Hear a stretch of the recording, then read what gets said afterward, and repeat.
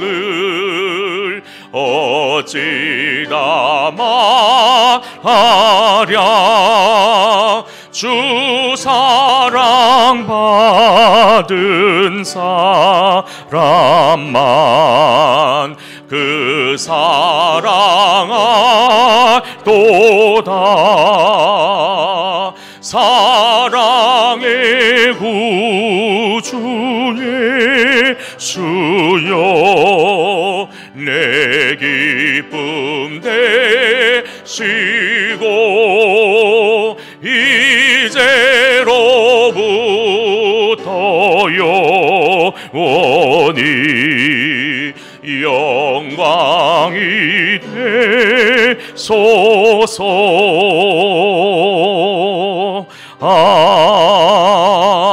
아멘. 박종석 장로님 기도 인도해 주시겠습니다.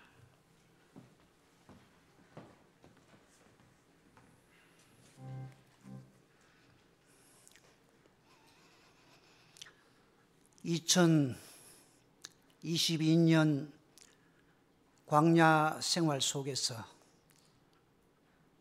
벌써 2월이 조용히 지고 있습니다.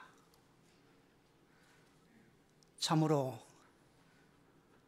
세상 속에서 무엇을 먹고 입을까 염려하는 저희들, 세상의 것으로 채워도 만족할 수 없는 불쌍한 저희들을 아버지께서는 구름 기둥, 불 기둥으로 인도하여 주시고 메추라기와 만나로 먹여주심을 진심으로 감사를 드립니다.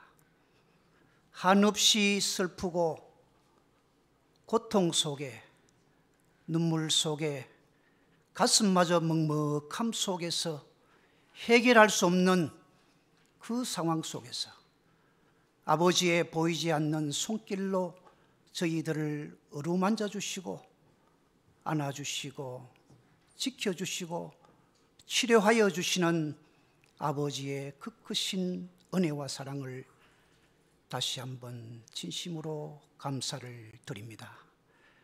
귀하고 복된 아버지 날을 맞이하면서 그냥 방황하게 하지 아니하시고 세상에 두지 아니하시고 주님의 몸된 교회로 불러 모아서 외롭고 쓸쓸하고 고독한 저희들을 아버지의 생명의 말씀으로 먹고 마시게 하심을 진심으로 감사를 드립니다.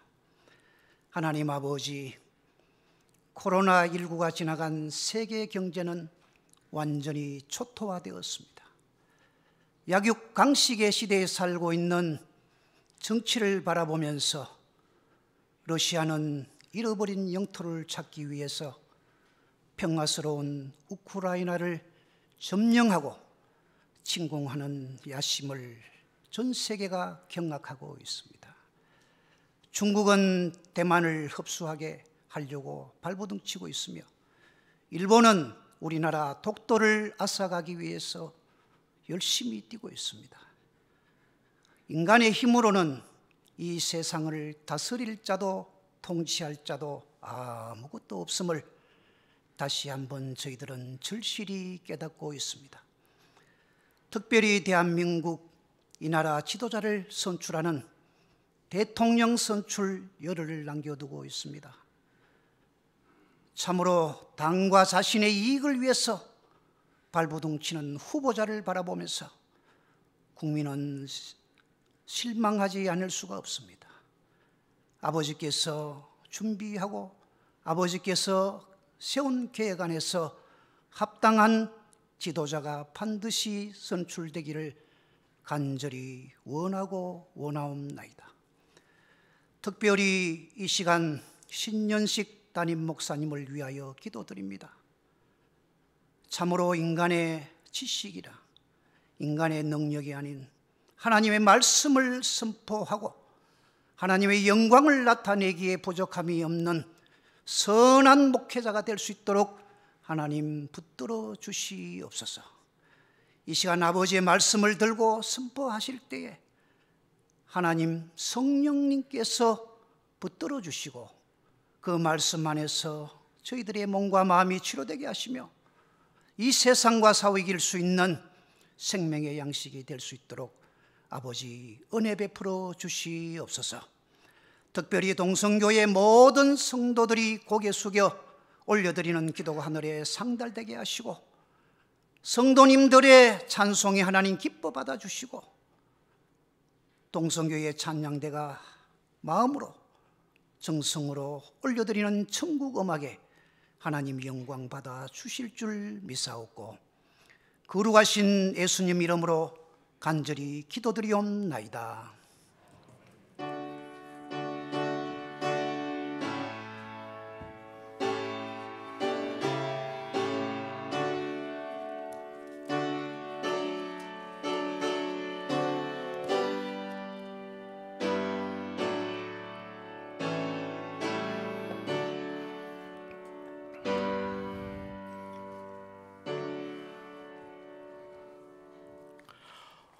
오늘 우리에게 주시는 하나님 말씀은 신약성경 누가복음 5장 1절부터 11절까지의 말씀입니다.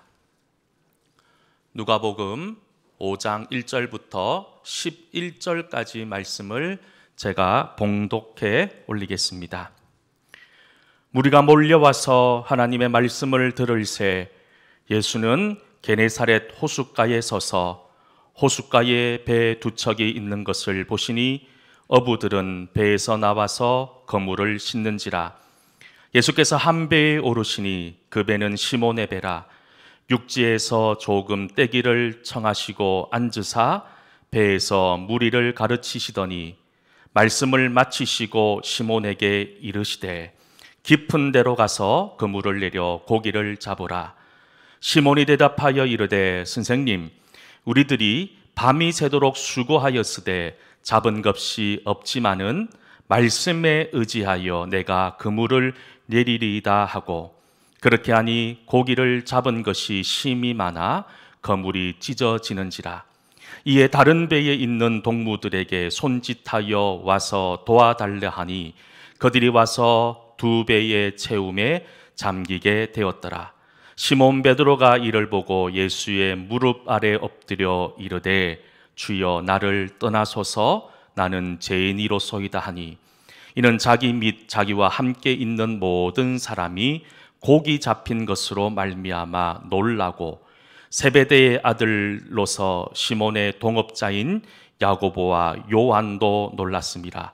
예수께서 시몬에게 이르시되 무서워하지 말라. 이제 후로는 내가 사람을 취하리라 하시니 그들이 배들을 육지에 대고 모든 것을 버려두고 예수를 따르니라. 아멘. 이 시간 찬양대에서 준비한 찬양을 하나님께 올려드리겠습니다.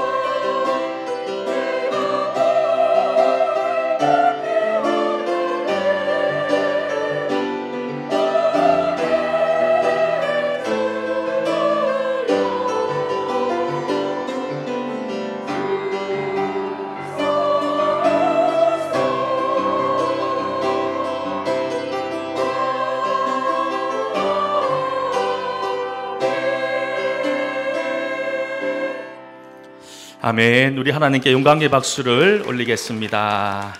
기도하겠습니다. 참 좋으신 아버지 하나님, 오늘 살아가는 주의 성도들을 주의 전으로 불러주시고 하나님 앞에 예배드리게 하시니 감사합니다. 이제 살아계신 하나님의 말씀을 듣습니다.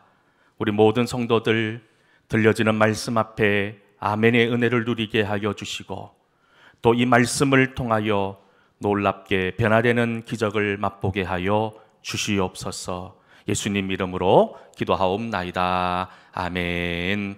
할렐루야. 우리 옆에 분들과 한번 인사했으면 좋겠습니다. 참 잘 오셨습니다. 네, 보고 싶었습니다라고도 한번 인사했으면 좋겠습니다. 예, 감사합니다. 여러분은 지금까지 살아오면서 하나님께서 가장 기뻐하시는 것이 무엇인지 고민해 보신 적이 있으십니까? 당연히 하나님의 자녀인 우리가 하나님의 은혜를 기억하고 하나님의 이름과 하나님의 영광을 위해 살아갈 때 하나님은 기뻐하십니다. 교회에서 열심히 봉사하고 온전한 10의 1조와 감사의 예물을 하나님 앞에 구별하여 올려드릴 때도 하나님 기뻐하시지요. 또 열심히 말씀 읽고 열심히 기도하고 또 열심히 주님을 알지 못하는 사람들에게 주의 복음을 전함으로 아름다운 복음의 열매를 거둘 때도 하나님 기뻐하십니다. 그런데 만약 문제는 이 모든 것이 하나님과 상관없이 나의 만족과 나의 유익과 나의 욕망을 채우기 위한 수단으로 이것들을 사용했다면 하나님 기뻐하지 않을 뿐만 아니라 오히려 하나님 슬퍼하신다는 사실을 기억할 수 있기를 소망합니다. 그러니 단순한 종교적 행위가 아니라 하나님께서 가장 기뻐하시는 것은 바로 이 순종의 삶을 살 때 하나님 가장 기뻐하시는 것이 아닌가 다시 한 번 더 생각해 보게 됩니다. 내가 하기 싫은 것도 내 뜻과 내 생각에 맞지 않다 하더라도 하나님이 원하시는 것이라면 그럼에도 불구하고 순종했을 때 하나님은 그 상황 가운데 가장 기뻐하신다는 거예요. 우리가 잘 알고 있는 사무엘상 15장 22절 말씀에 보면 이런 말씀이 기록이 되어져 있습니다. 우리 같이 한번 이 말씀을 읽어보겠습니다. 사무엘이 이르되 여호와께서 번제와 다른 제사를 좋아하시겠나이까? 순종이 제사보다 낫고 듣는 것이 순양의 기름보다 나으니. 아멘. 여러분, 오늘 말씀에 나오는 번제와 제사에 사용되어지는 순양의 기름, 여러분 이 순양의 않습니다. 이스라엘 전통으로 보면 이 하나님께 드리는 이 순양의 기름을 짜기 위해서는 최소한 3년의 시간이 필요하다고 합니다. 양이 새끼를 낳습니다. 순양의 첫 새끼를 낳았을 때 그 순양의 어린 양을 따로 구분하여 온 정성을 다하여 3년 동안 키우게 됩니다. 그 3년 동안 그냥 아무거나 먹이기나 그러지 않았던 거지요. 아주 정성스럽게 아주 좋은 여물을 먹이고 좋은 것들을 먹이면서 3년을 키웁니다. 그리고 하나님 앞에 번제와 제사를 드리기 위해서 그 3년 키운 어린 숫양을 하나님 앞에 기름을 짜 드렸던 제물이었던 거예요. 여러분, 얼마나 정성을 다하여 드린 제물입니까? 그런데 오늘 말씀에 보면 하나님께서는요, 이렇게 온 정성으로 가득한 제물보다 하나님 말씀에 순종하는 것이 더 복되다라고 말씀하고 있는 이유가 무엇일까요? 그만큼 우리 성도의 삶, 우리 인생의 삶이 하나님 앞에 온전한 순종으로 살아간다는 것이 그만큼 힘들고 어렵다는 것을 보여주는 것 아닙니까? 지금도 마귀는 여러분들의 귀에다 대고 속삭입니다. 하나님 따르긴 따르는데 온전히 따르지 말고 적당하게 하라고 속삭입니다. 하나님 원하는 방법, 하나님의 뜻이 아니라 내 생각대로, 내 마음이 가는 대로 하라라고 끊임없이 우리 귀에다 대고 지금도 속삭이고 있다는 거예요. 새벽기도 시간을 통해서 오랫동안 구약에 있는 사사기의 말씀을 함께 묵상했습니다. 사사기서가 우리에게 전해주는 메시지는 아주 짧고 선명합니다. 하나님 말씀을 따르지 않고 자기 소견대로 살아가는 사람의 인생이 얼마나 불행한지를 사사기서는 우리에게 보여주고 있어요. 그런데 사사기서를 묵상하면서 또 말씀을 준비하면서 목사인 저가 깨달았던 말씀은 우리가 하나님 앞에 순종하고 하나님을 나의 왕으로 삼고 살 때 우리가 그때 가장 행복하다는 사실을 사사기서를 묵상하면서 저는 깨닫게 되었던 거예요. 저는 오늘 함께 예배드리는 우리 모든 성도들이 하나님을 나의 왕으로 삼고 무엇보다도 하나님 말씀에 순종하는 순종의 사람 될 수 있기를 주의 이름으로 간절히 소망합니다. 우리 옆에 있는 분에게 한번 축복했으면 좋겠어요.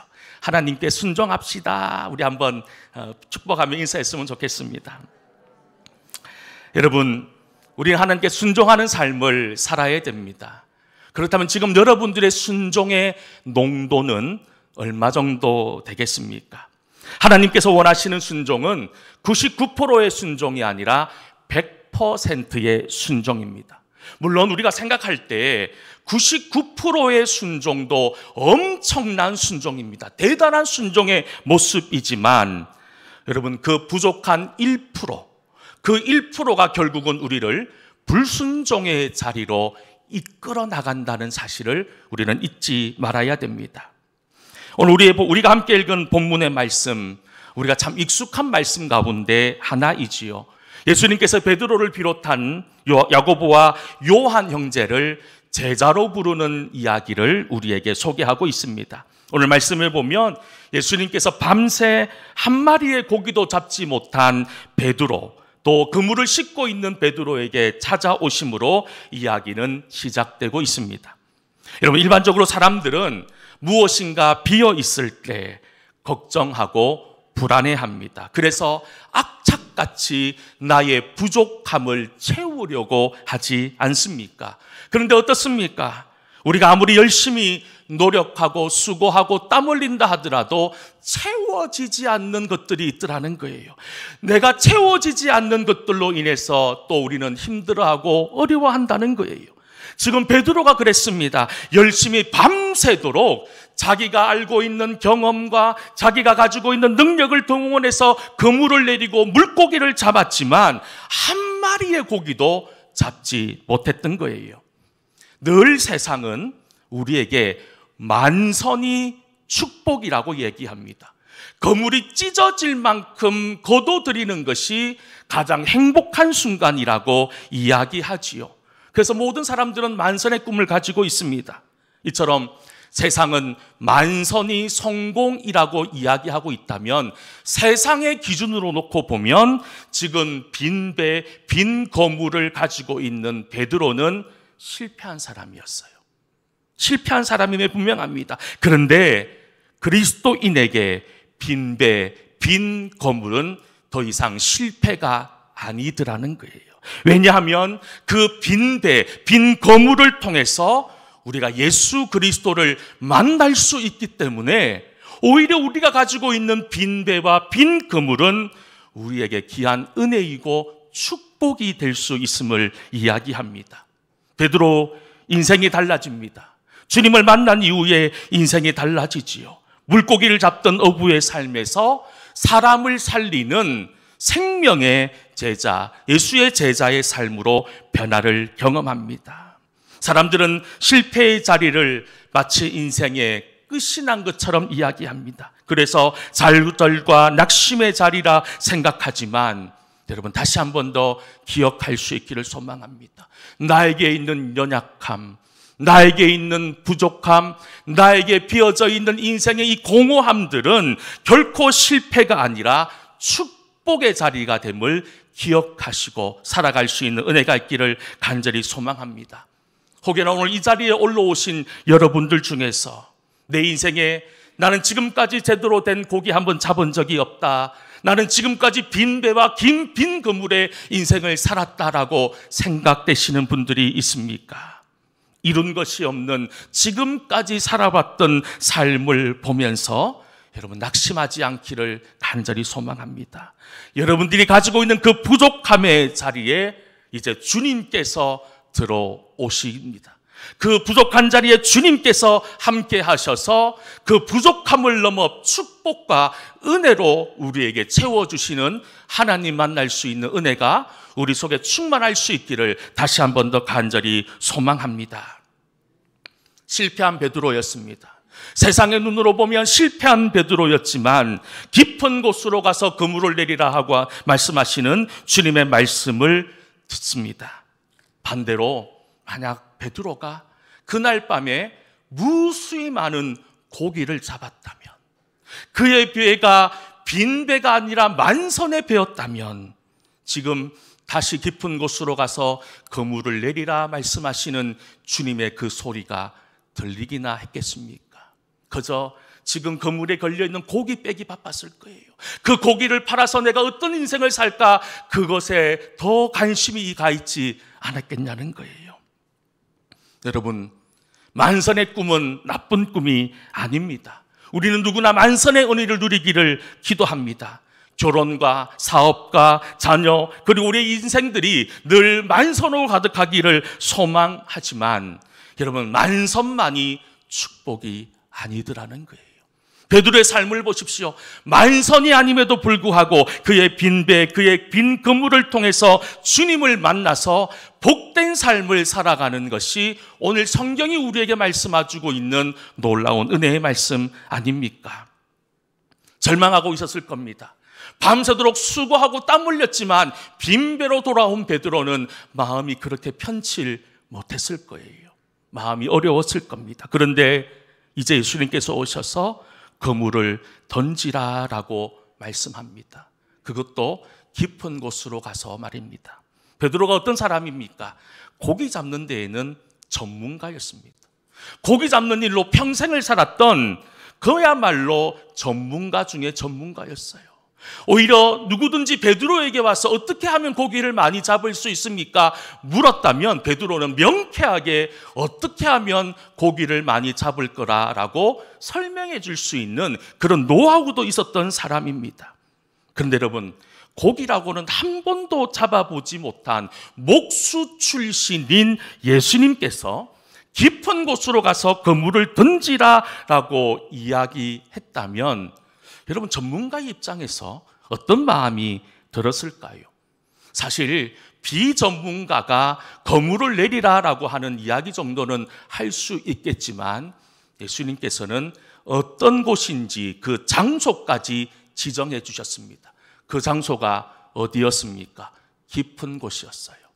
여러분, 일반적으로 고기는 수초라든지 얕은 곳에 모여 삽니다. 깊은 곳에는 고기들이 모이질 않아요.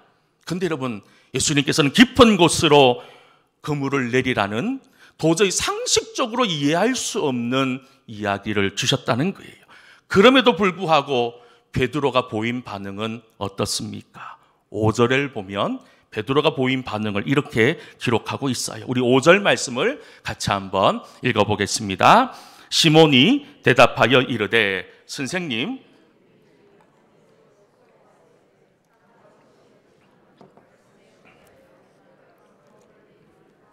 아멘. 여러분, 5절 말씀 매우 중요한 말씀이에요. 베드로가 그물을 내립니다. 나의 경험, 나의 상식, 내가 지금까지 했던 방법이 아니라 주님이 말씀하시니, 주님 말씀하시니 오직 그 말씀에 의지하여 그물을 내리겠습니다라고 고백하고 있는 거예요. 그래서 베드로는 지난밤 그렇게 수고하고 고생하고 보내었던 그 바다를 향해 배를 저어갑니다. 그 시간은 결코 쉬운 시간이 아니었어요. 그 단순한 물질이 아니었어요. 정말로 마음 어려움 가운데 그는 말씀에 의지하여, 예수님 말씀에 의지하여 깊은 곳을 향합니다. 그런데 여러분, 사실 베드로는 오늘 여기에서 예수님을 처음 만난 게 아니었어요. 우리가 읽은 오늘 5장 말씀을 읽었는데 4장 말씀에 보면 어떤 말씀들이 기록이 되어져 있냐면 예수님께서 베드로의 그 질병, 열병을 고쳐주시는 이야기도 기록되어져 있을 뿐만 아니라 예수님께서 이 베드로와 나머지 제자들과 함께 놀라운 기적과 이적을 행했다는 이야기가 4장 말씀에 분명히 기록되어져 있더라는 거예요.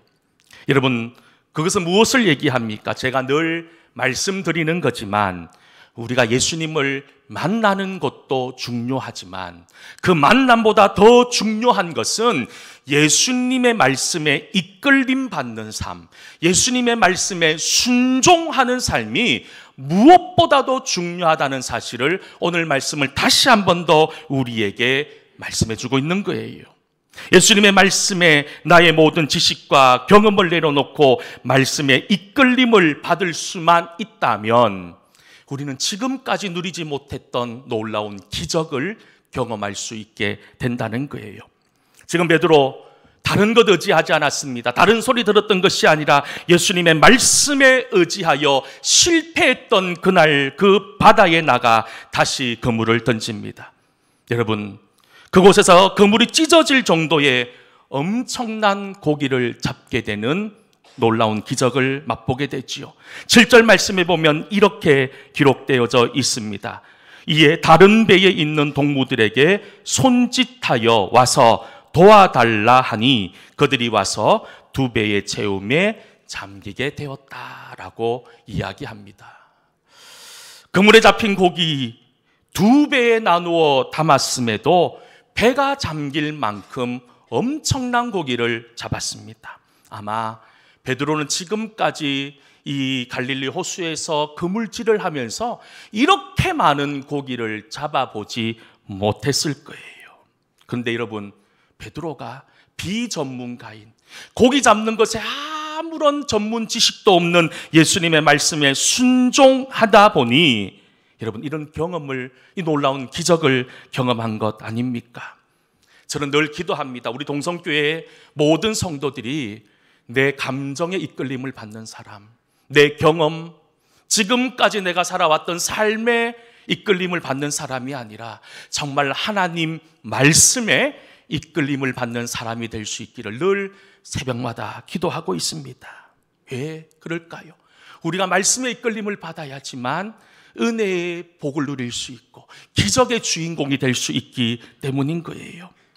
저는 누가복음 5장 말씀을 통해서 말씀을 준비하면서 우리 성도들이 정말로 순종하는 삶을 살면 좋겠다라는 마음으로 말씀을 준비했어요. 그런데 특별히 이 순종에 대해서 두 가지를 생각해 보았습니다. 먼저, 순종은 믿음의 확신이 없을 때에도 해야 한다는 거예요. 우리 한번 따라서 해볼까요? 순종은 믿음의 확신이 없을 때에도 해야 한다. 아주 중요한 명제입니다. 순종은 내 믿음의 확신이 없을 때, 내가 분명하지 않을 때, 내가 생각해 볼 때 말도 안 되는 이야기임에도 불구하고 순종해야 된다는 거예요. 베드로를 보십시오.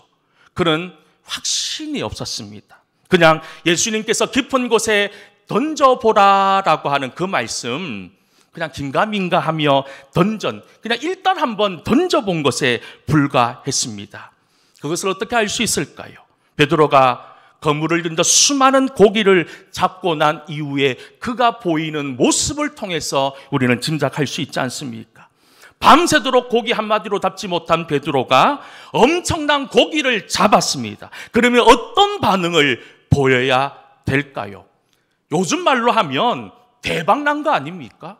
그러면 스스로 대박이라고 외쳐야 됩니다. 횡재했다고 외쳐야 됩니다. 그런데 그 대박의 순간에, 그 횡재한 순간에 베드로가 뭐라고 고백하고 있냐면 8절에 이렇게 이야기하고 있어요. 8절 말씀을 함께 읽어보겠습니다. 시몬 베드로가 이를 보고 예수의 무릎 앞에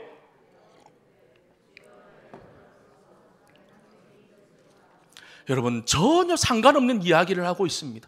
그물이 찢어질 만큼 두 배에 나누어 담았는데 배가 가라앉을 만큼 고기를 잡았다면 인생이 달라지는 것 아닙니까? 그런데 베드로가 뭐라고 얘기합니까? 주여 저는 죄인입니다. 저를 떠나시옵소서. 지금 베드로의 시선은 어디에 머물러 있습니까? 말씀을 준비하면서 이 목사인 저도 참 믿음이 없구나. 만약에 제가 베드로였다면 그렇게 대박난 상황에서 저의 온 감각은 그 물속에 걸려있는 물고기에게 집중되어져 있었을 것 같아요. 야, 저놈들 팔면 엄청난 돈을 벌 수 있을 것 같아. 야, 이것 갖다 팔면 내 인생이 달라질 것 같아 라고 하는 그런 마음이 들었을 것 같은데 베드로의 시선은 그렇지 않았다는 거예요. 지금 베드로의 시선은 그 물고기에 있지 않았습니다. 베드로의 시선은 어디 있었습니까? 예수님에게 있었던 거예요. 이게 놀라운 은혜인 거예요. 우리가 인생을 살면서 우리의 시선이 어디에 가 있어야 됩니까? 우리의 시선은요, 정말 다시 한 번 더 간절히 말씀드리지만 예수님에게 집중되어질 수 있기를 축복합니다. 그것이 살 수 있는 유일한 길인 거예요. 우리가 신앙생활 하면서도 예수님 아닌 다른 것 때문에 마음이 흔들릴 때가 얼마나 많이 있습니까? 단연코 말씀드리지만 예수님은 우리의 마음을 힘들게 하지 않습니다. 예수님은 우리의 마음을 어렵게 하지 않습니다. 불편하게 하지 않습니다. 왜 우리가 불편하고 어렵습니까? 예수님 아닌 다른 것을 바라보니 어려워지고 불편해지고 마음이 힘든 거예요.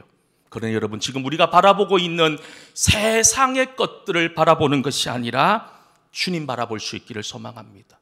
베드로가 그물 속에 있는 고기를 바라보지 않고 예수님을 바라보니 그제서야 깨닫게 됩니다. 무엇을 깨달았습니까? 자기가 죄인인 것을 알았던 거예요. 이제서야 알았던 거예요. 그러면서 주여 나를 떠나소서, 나는 죄인입니다라고 이야기하고 있는 것 아닙니까? 앞에서도 말씀드렸지만 베드로는 오늘 이 시간 예수님을 처음 만난 게 아니었어요. 이미 예수님을 만났습니다. 예수님을 통해서 그의 장모가 병에서부터 치유되어지고 또 많은 기적들을 행하는 그 현장에 있었음에도 불구하고 베드로는 엉뚱한 것만 바라보고 있었던 거예요.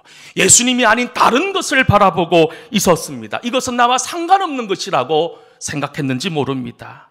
예수님께서 실제로 밤새 고기를 한 마디도 잡지 못한 자신이 있는 곳에 오셔서 그물을 던지라고 했음에도 불구하고 그는 온전한 믿음을 가지고 그물을 던진 것이 아니었던 거예요.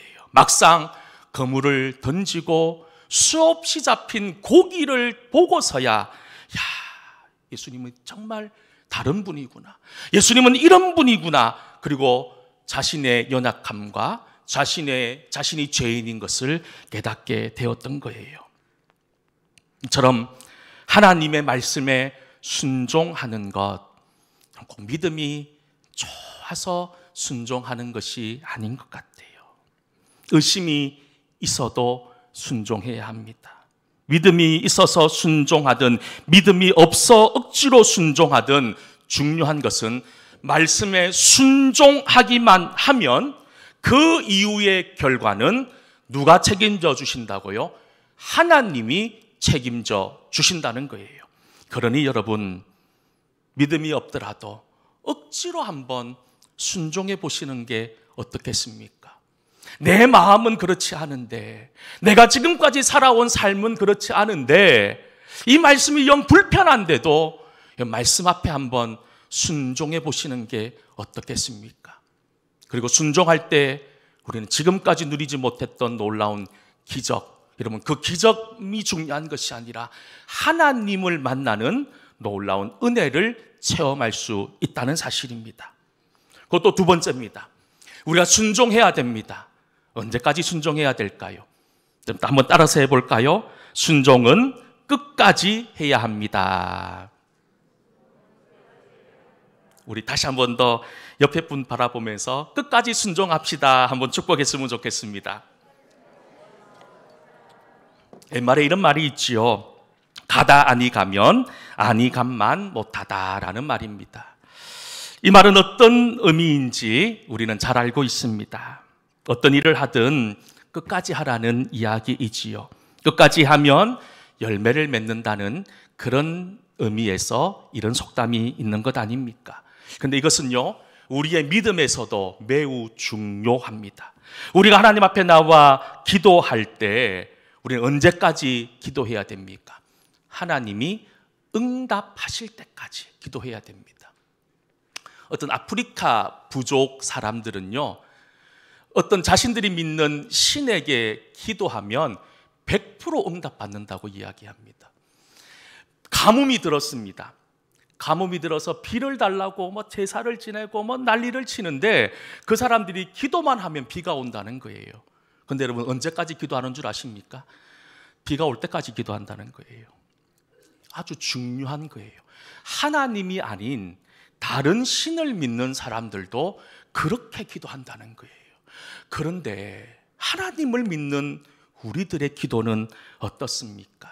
그저 적당하게 기도합니다. 아니, 내가 생각할 때 한 이 정도면 됐어, 이 정도면 내가 할 만큼 했어, 그리고 스스로 그 기준을 정해서 그때까지 기도할 때가 얼마나 많이 있습니까? 중요한 것을 다시 한 번 더 말씀드립니다. 순종은 내가 할 수 있을 만큼 하는 것이 아니라 하나님께서 됐다라고 할 때까지 하셔야지 그것이 온전한 순종이 된다는 겁니다. 내 입장에서 순종하는 게 아니에요. 내 마음의 기준으로 순종하는 것이 아니라 하나님께서 인정하는 그때까지 하는 것이 진정한 순종의 의미입니다. 베드로 주의 말씀에 의지해서 깊은 곳으로 그물을 던지겠다 고백합니다. 그런데 그가 깊은 곳으로 가겠다, 그물을 던지겠다 해놓고 말만 했다면 그 기적은 경험하지 못했을 거예요. 끝까지 그물을 내렸고 그 그물을 당겨 올렸기 때문에 기적을 경험했지 않습니까?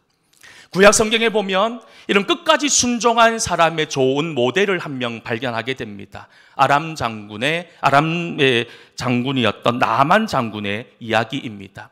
이 나만 장군이 몸에 문둥병이 생겼어요. 전에도 말씀드렸지만 이 문둥병은 하늘이 내린 병이다라고 생각했습니다. 하늘로부터 저주를 받은 사람들이나 걸리는 병이라고 생각했기 때문에 어떻게든 이 병을 고치고 싶었어요. 그런데 한 사람의 이야기를 듣습니다. 누구의 이야기를 듣느냐면 엘리사라고 하는, 유대 땅에 살고 있는 엘리사라고 하는 사람에게 찾아가면 이 병으로부터 구원받을 수 있다라는 이야기를 듣고 많은 사람들을 이끌고 엘리사에게 찾아옵니다. 근데 말씀에 보면 엘리사가 나만 장군에게 나오지도 않고 그의 종을 시켜서 하는 말이 요단강에 가서 7번 몸을 씻으십시오라고 하는 이야기였습니다. 나만 장군 기분 나빴을 거예요. 분명히 기분 나빴을 거예요. 아니, 내가 왔는데 나오지도 않고 그저 자신의 밑에 있는 종을 보내어서 나에게 이렇게 하라고 하는 이야기를 들었을 때 나만 장군의 자존심은 상했습니다. 돌아가려고 하는 마음이 강했을 거예요. 그런데 옆에 있는 부하가 아니, 장군님 이왕 왔는데 한번 해보십시다. 그렇게 해서 요단강으로 갑니다. 요단강에 들어가기 위해서는 갑옷도 벗어야 되고 속옷도 벗어야 합니다. 아마 그는 지금까지 나병이 걸린 이후로 집 안에서, 그리고 집 밖에서 이렇게 갑옷을 벗고 생사를 사람들에게 보여줬던 적이 없었을 거예요. 부끄러움을 무릅쓰고 갑옷을 벗고 속옷을 벗습니다. 그리고 요단강에 들어갑니다. 처음 번째 들어갑니다. 변화가 있었을까요? 아니요. 그대로였습니다. 두 번째, 세 번째, 네 번째, 다섯 번째, 여섯 번째, 성경은 뭐라고 말씀하냐면 7번째 들어가고 난 이후에 그의 살이 어린 아이와 같이 되었다라고 이야기하고 있다는 사실입니다. 여기서 만약에 나만 장군이 6번까지 들어가고 나 안 해! 하고 만약에 자신의 집으로 돌아갔다면 그는 질병에서부터 해결받지 못했을 거예요. 7번 들어가라 하는 그 말씀에 순종했기 때문에 그는 이 질병에서 해방 얻었던 것 아닙니까? 여러분, 우리 끝까지 한번 주님 말씀에 순종해 보지 않으시겠습니까? 그저 지금까지 내가 가지고 있었던 마음으로 이 정도면 됐어, 스스로 적당하다고 내가 이 순종의 의미를 제한하고 살았다면 이제 주님께 전적으로 순종하고 끝까지 순종할 수 있는 은혜가 있기를 간절히 소망합니다. 이번 주 수요일부터 제의 수요일이 시작이 됩니다. 사순절 기간이 시작된다는 의미이지요.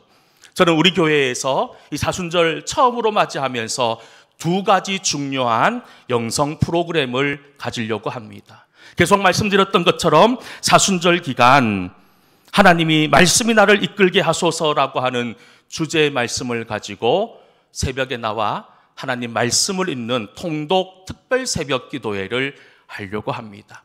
여러분, 사실 40일이 넘는 시간 동안 나와서 그 지루하고 그 피곤한 시간에 함께 말씀을 읽는 것이 쉬운 일은 아닐 겁니다. 피곤하고 어려울 겁니다. 하지만 여러분, 함께 하시면 어떻겠습니까? 또 한 가지, 오늘 여기 보면 한샘 치고 헌금이라고 하는 내용의 프로그램도 함께 진행하려고 합니다. 말 그대로입니다. 사순절 기간 그저 말로만 절제의 삶을 사는 것이 아니라 실질적으로 실천의 삶을 한번 살아보자는 거예요.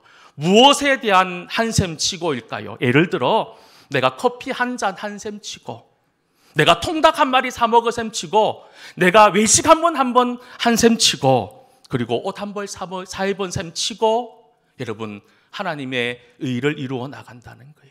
하나님 말씀대로 살아보자는 거예요. 그래서 그렇게 모여진 헌금은 힘들고 어렵게 사는 불우한 이웃들과 또 힘들게 선교하는 선교사님들에게 우리가 후원하는 일을 이렇게 진행하려고 합니다.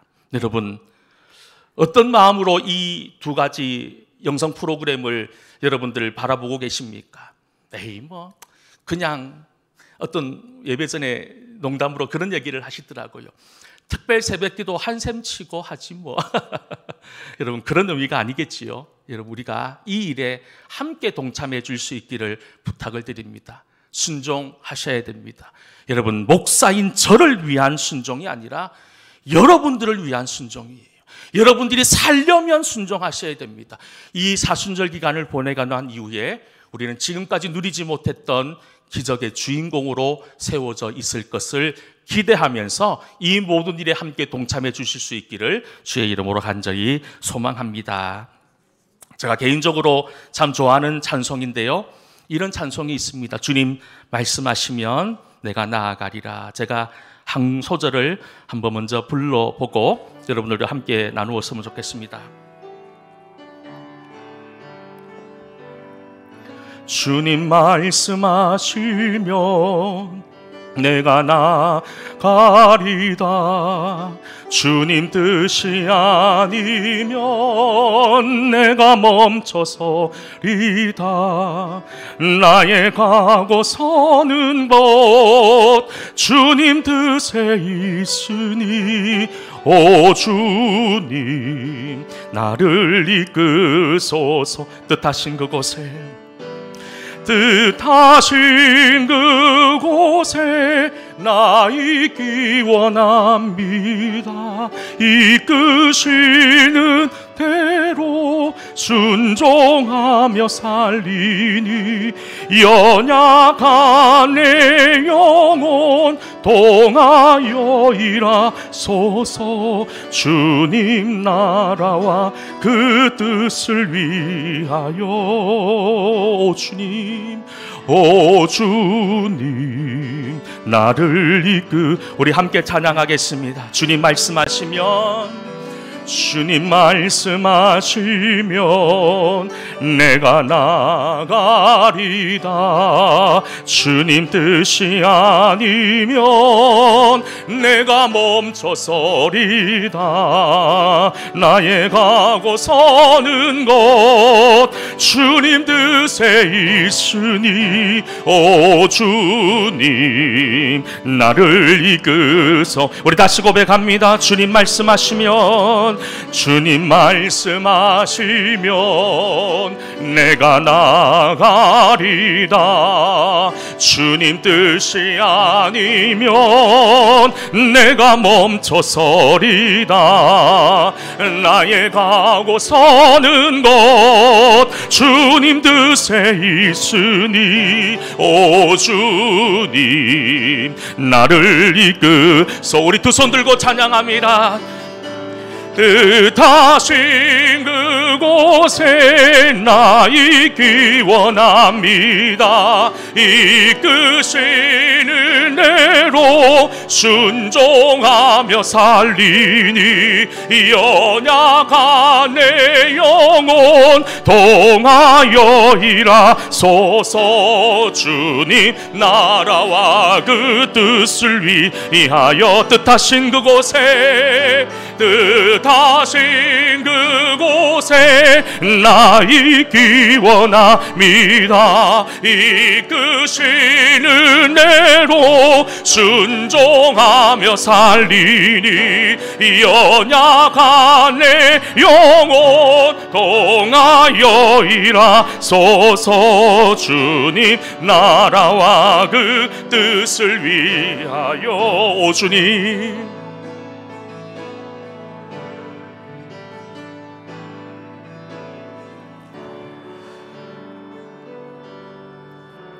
고마우신 하나님 아버지, 우리 모든 주의 성도들이 주님 앞에 온전한 순종의 길을 걸어가게 하여 주시옵소서. 특별히 예배의 자리에 나올 때 빈손으로 나오지 않게 하시고 주님 앞에 구별된 예물을 드리게 하시니 감사합니다. 10의 1조 또 각각의 제목을 따라 드리는 감사의 예물, 또 일천번제와 주일 헌금과 성교 헌금과 구제 헌금, 주정 헌금, 이 모든 예물을 주여 기억하여 주셔서 하늘의 신령한 것과 땅에 기름진 것을 받아 누리기에 조금도 부족하지 않도록 하나님 함께하여 주시옵소서. 예수님 이름으로 기도하옵나이다. 아멘. 할렐루야. 우리 옆에 분들과 다시 한 번 더 인사합시다. 순종합시다. 한번 인사합시다. 네, 교회 소식 전해드리겠습니다. 코로나19가 많이 확산되고 있는데 여러분 방역 수칙을 잘 지켜주시고 일정 교육관과 자모실에서도 함께 예배를 드려주시기 바랍니다. 주일 예배, 수요 예배가 유튜브를 통해서 실시간으로 여러분 참여가 가능합니다. 예배 후에 빗대자 2차 교육이 오늘부터 시작이 됩니다. 1시부터 일정 교육관에서 시작이 되는데요. 좀 일찍 오셔도 될 것 같습니다. 말씀드렸지만 3월 2일은 사순절 기간이 시작되는 제의 수요일입니다.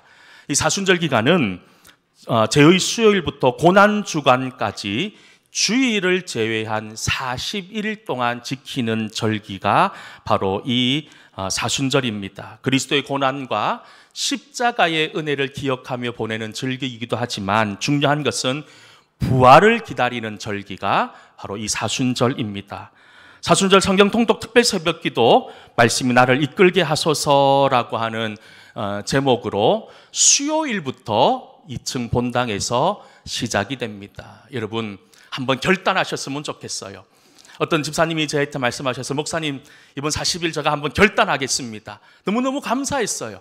여러분 이런 마음들이 우리에게 있기를 소망합니다. 40일 동안 신약 성경을 포함해서 그리고 구약 성경 어느 일부분까지 읽게 될 터인데 말씀이 나를 이끄는 귀한 은혜가 있을 수 있도록 여러분 힘껏 이 일에 동참해 줄 수 있기를 부탁을 드리고 또 한샘 치고 헌금 말씀드렸지만 커피 한 잔 한샘 치고 외식 한번 한샘 치고 이렇게 해서 여러분 매주 주님 앞에 정성된 예물을 구별하여 올려주시면 그것을 우리가 모아서 선교하는 일과 구제하는 일에 사용할 수 있도록 그렇게 하겠습니다. 모두 이 일에 온 힘을 다하여 동참해 줄 수 있기를 기도합니다.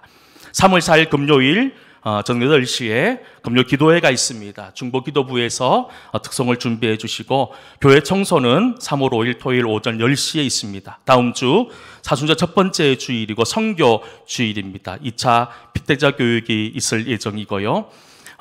또 광고드립니다. 우리 장로님들 중에 김종황 장로님, 권호철 장로님, 도정원 장로님께서 은퇴를 하시기로 하셨습니다. 그리고 김종황 권호철 장로님 원로장로 추대를 위한 공동의회가 3월 12일 둘째 주에 있을 예정입니다. 기도해 주시기를 부탁을 드리고, 또 축하할 일이 있습니다. 우리 이명호 집사님, 임미선 집사님 딸 이하늘 자매의 결혼이 이번 주 토요일이지요. 3월 5일 오전 11시 옛날 경주에 있는 현대호텔, 지금 경주 란셀렉트라고 이름이 바뀌었는데 그곳에서 결혼 예식이 있을 예정입니다.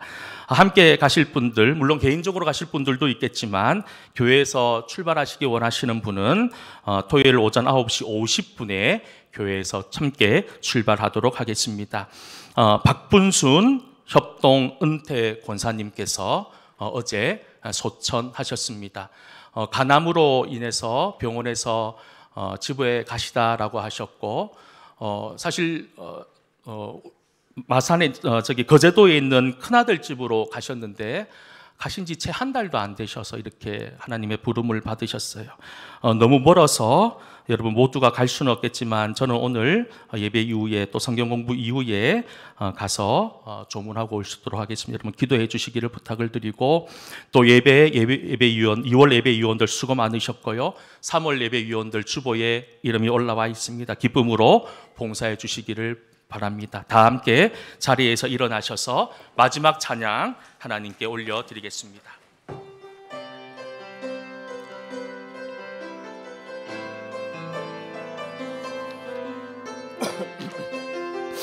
우리 옆에 분 축복하며 찬양합시다. 여호와는 너에게 복을 주시기를 원하며 너를 지키시기를 원하시며, 여호와는 그 얼굴을 너를 향하여 드사 은혜와 평강 주시기 원하. 우리 옆에 분 바라보며 다시 한번 축복합니다. 여호와는 너에게 복을 주시기를 원하며 너를 지키시기를 원하시며, 여호와는 그 얼굴을 너를 향하여 드사 은혜와 평강 주시기 원하노. 할렐루야. 너를 보배롭고 존귀하게, 너를 보배롭고 존귀하게 여기시는 하나님이, 할렐루야, 내 삶 속에서 이 약속을 신실하게 이루시니, 땅에 기름진 것으로 하늘에 신령한 것으로 너를 복주시고 지키실 하나님이 너의 영혼 잘 되도록 은혜 베푸시며 평강으로 인도하시리.